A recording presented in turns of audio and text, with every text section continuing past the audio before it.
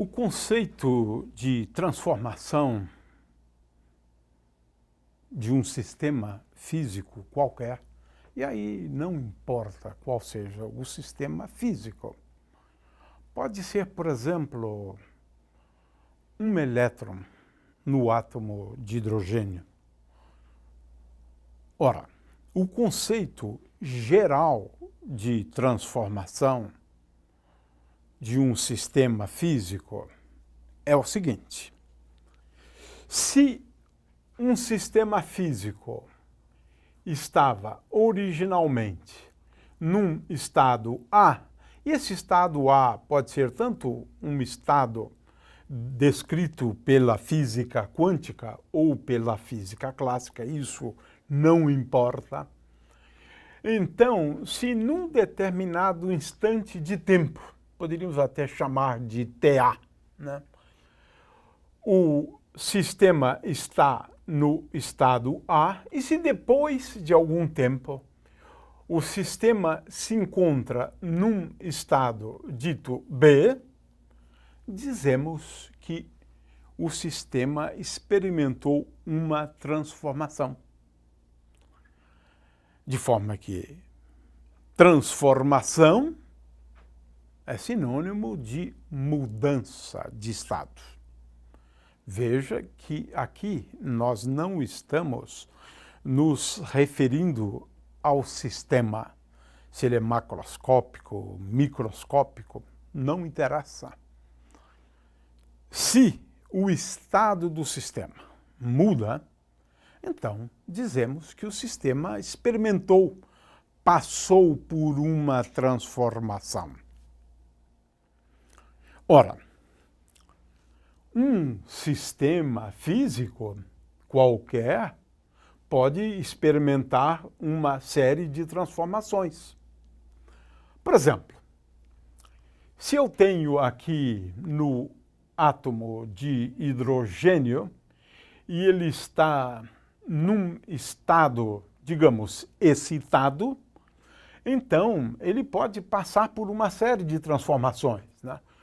Uma transformação possível, por exemplo, ele se encontrar num estado, se esse aqui é o nível de energia E3 e esse aqui é o nível de energia E2, né? Então, esse aqui é o nível de energia E1, esse aqui é o estado fundamental. Então, o átomo de hidrogênio pode passar por várias transformações, se ele começou nesse estado que estamos aqui designando, então, o estado de energia E3, né? Ora, ele pode passar por uma transformação e depois de um certo tempo se encontrar aqui no estado de energia que estamos chamando agora de E1, né? E1. É claro que ele faz isso emitindo fótons, né? Mas ele pode tanto experimentar uma transformação para esse estado, para esse estado, para esse estado, ou ele pode primeiro fazer uma transformação passando para esse estado, depois desse estado para esse, depois desse para cá e assim por diante. De forma que um sistema qualquer, ele pode passar por uma série de transformações, né? Por exemplo, um sistema pode começar num estado que vamos chamar de A1, depois ele pode fazer uma transformação para um estado A2, depois para um estado A3, e assim por diante, até atingir o estado B. Ora, a esse conjunto de transformações, usualmente nós também damos o nome, no caso de sistemas termodinâmicos, de processos termodinâmicos.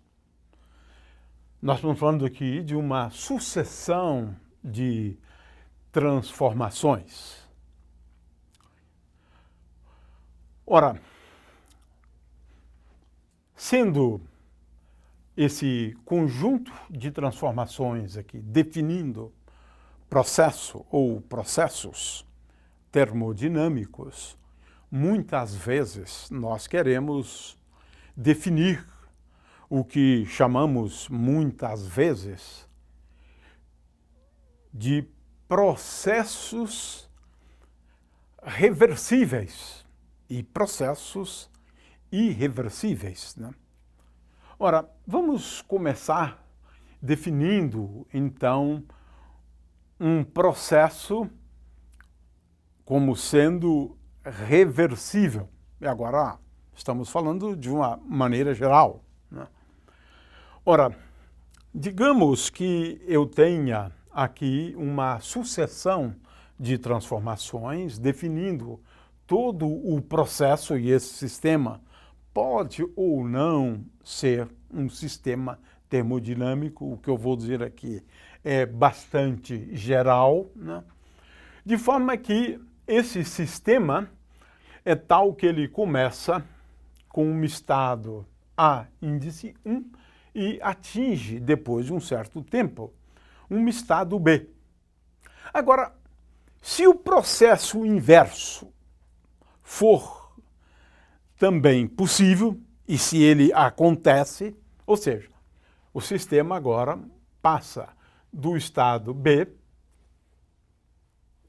para este enésimo estado aqui, a N, antes, né, do B, antes do B eu tenho um estado A índice N aqui, e depois, né, para o estado B.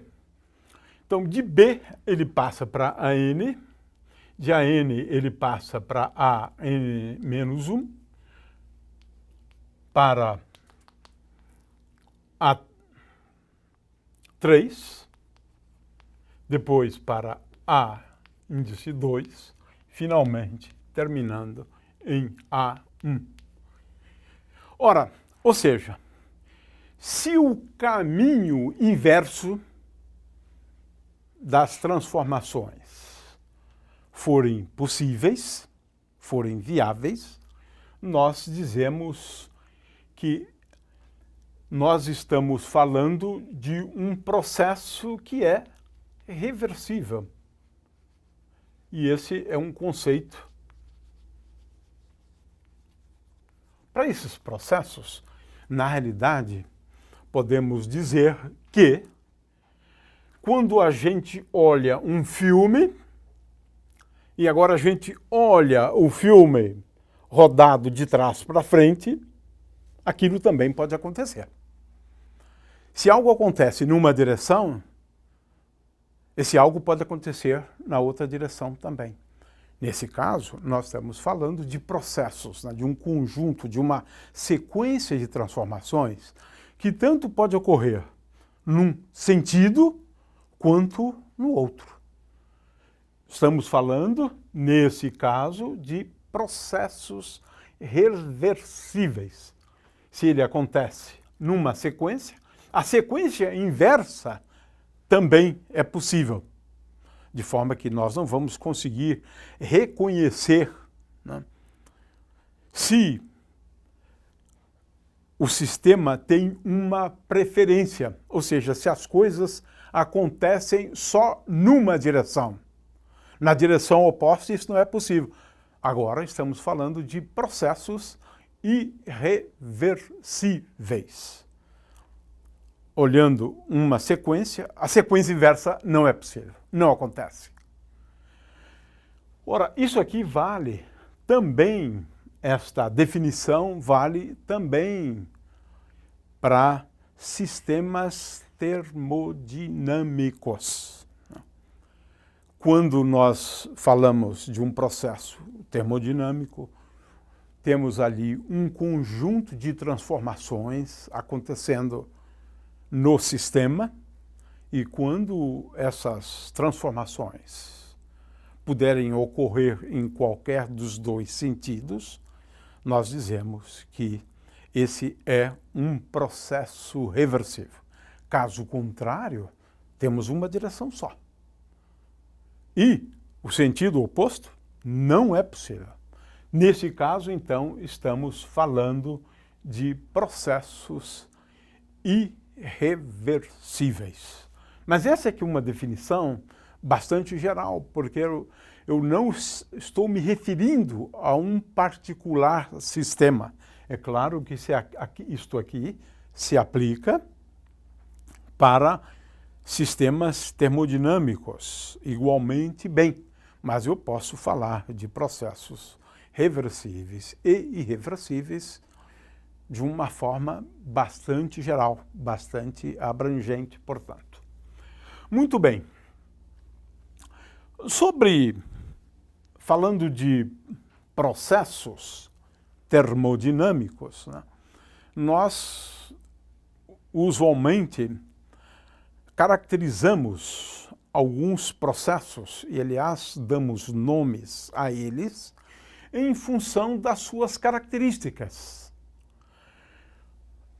Então, por exemplo, se ao longo de um processo termodinâmico a temperatura do sistema se mantiver constante, então o processo é dito isotérmico. Ou seja, iso significa igual, o mesmo, né? A mesma temperatura, um processo que se dá com o sistema mantido à mesma temperatura, usualmente a temperatura T. Esse é um tipo de processo que pode acontecer e acontece. Um processo é dito isobárico. Veja que agora igual, isto aqui se refere à pressão. Portanto, um processo isobárico é aquele que ocorre de tal forma a que a pressão seja constante. Nesse caso aqui, num diagrama PV, um processo é isobárico quando a sua pressão se mantém sempre constante. E assim a gente representa um processo isobárico num diagrama PV. Um processo pode ser também isovolumétrico.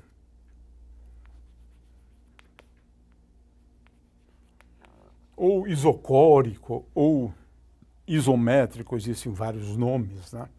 Neste caso, nós estamos falando de processos que se dão a um volume constante.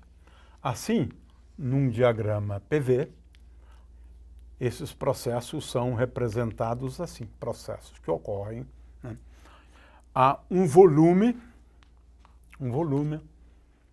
constante. Ora, também podemos falar em processos ditos adiabáticos, né?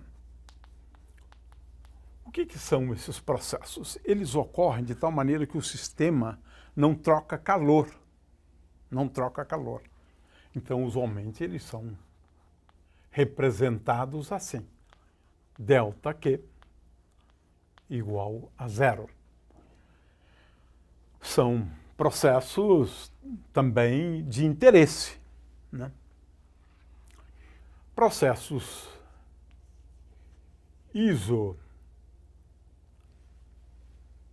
isoentrópicos são processos que acontecem de tal forma a que a entropia é a mesma ao longo de todo o processo. A entropia não muda, a entropia do sistema não muda.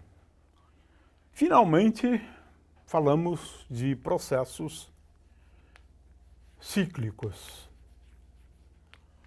O que são processos cíclicos?